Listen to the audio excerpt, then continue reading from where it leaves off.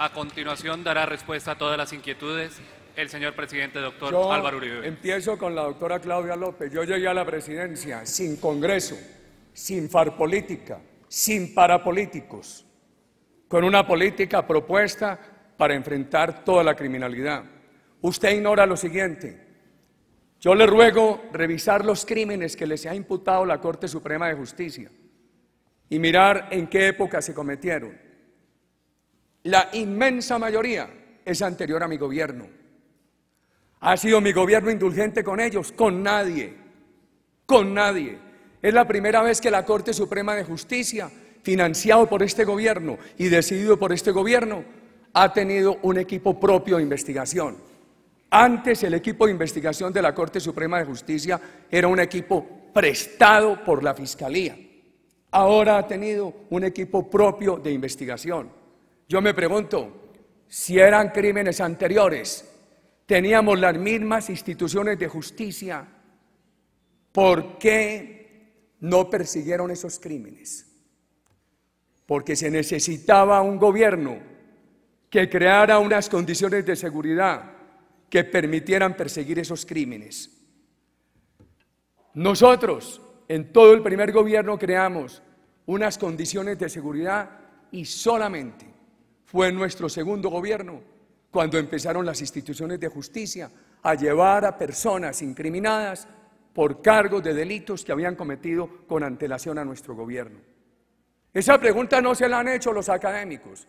¿Por qué si cometieron esos crímenes antes y si teníamos las mismas instituciones de justicia, por qué se necesitó que llegara este gobierno para que develaran esos crímenes y los llevaran a la cárcel? Tampoco se ha hecho una pregunta a la academia. ¿Qué pasaba en unas regiones abandonadas? Los políticos tienen deberes superiores al ciudadano del común, pero era que la política en Colombia estaba capturada por el terrorismo. Había una coacción insuperable. Una cosa que había perdido Colombia era la libertad del ejercicio de la política.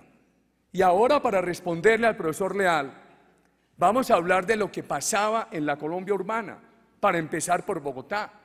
Esta ciudad tenía un creciente fenómeno de paramilitares de Martín Caballero y de un señor Arroyave, y un creciente fenómeno de las milicias Antonio Nariño de la FARC, que las autoridades de Bogotá las negaban. Aquí también empezaba el terrorismo a afectar los derechos políticos. Colombia había perdido garantías políticas por el crecimiento del terrorismo. Este gobierno las ha recuperado. Yo le pregunto a la doctora Claudia, deme un solo caso en el cual yo, como presidente de Colombia o en el ejercicio de mi carrera política, haya tenido debilidad o complacencia frente a la delincuencia.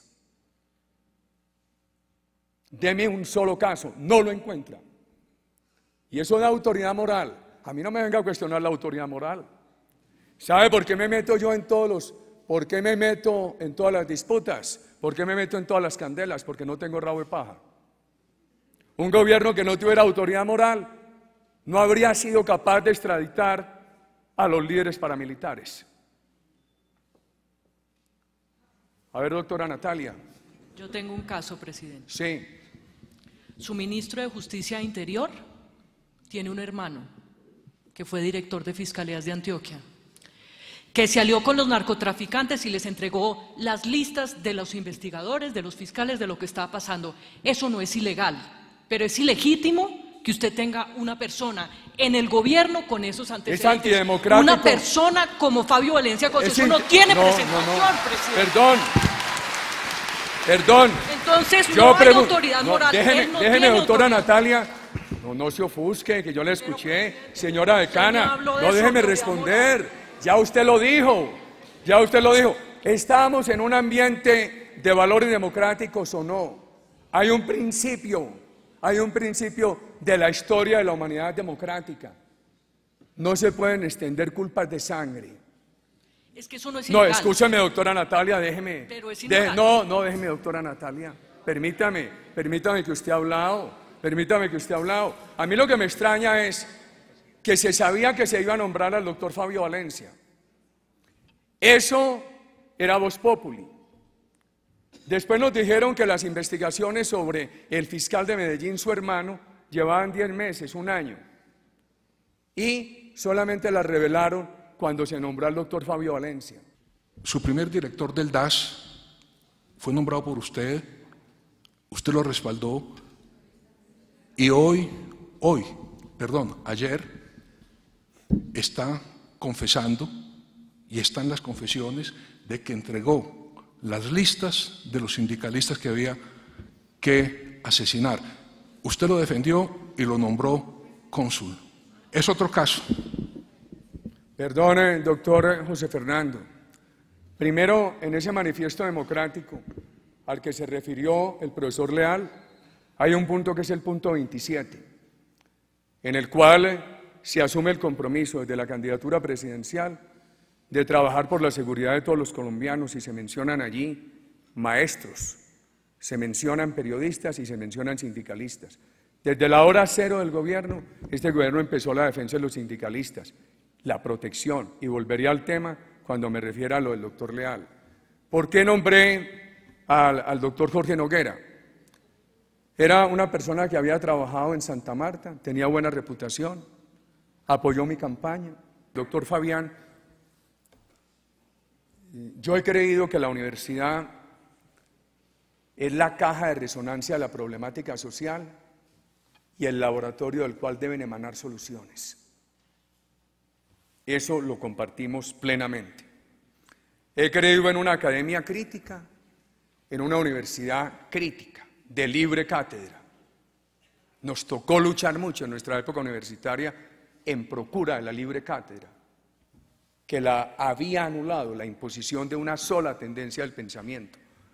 También viví una universidad violenta, y le he dicho a mis compatriotas, tengamos una universidad crítica, analítica, científica, de masas, asequible, pero no una universidad violenta. Y he hecho todos los esfuerzos, con mucha crítica en este gobierno, para que no haya universidad violenta. Hay que ver la penetración que nosotros encontramos en muchas de las universidades públicas de grupos armados que estaban sustituyendo el estudio por la coacción armada, de uno y otro bando. Yo creo que es legítimo y que le hace bien a la ciencia colombiana, a la academia colombiana, esa lucha que ha dado nuestro gobierno. Doctora Natalia, yo no le puedo aceptar que haya alguna proposición de este gobierno para neutralizar o acabar con las fuentes de oposición. Yo tengo muy presente el caso de la UP. Están mis discursos en el Congreso de la República, rechazando esos asesinatos. Está lo que hice como gobernador de Antioquia, de la protección efectiva de los diputados de la UP. Yo creo que es el periodo prolongado de la historia de Colombia más importante de protección efectiva a la oposición radical que ha tenido este gobierno, y de respeto. Y de respeto.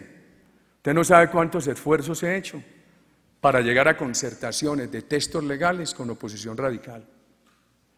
Y el respeto profundo por alcaldes y gobernadores de oposición radical, por concejales y por diputados, y todos los esfuerzos para construir gobernabilidad de patria con ellos. Yo creo que nuestros hechos me permiten refutarle a usted la apreciación de que puede haber, yo le entendí, que un documento para neutralizar o acabar con las fuentes de oposición. Nuestros hechos demuestran todo lo contrario. Termino con esto.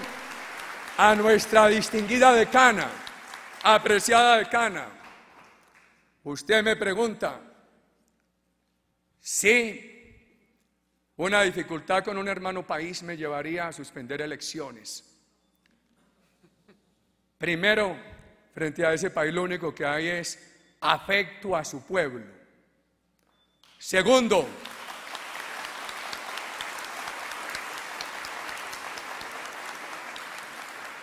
lo único que hemos querido tener es prudencia.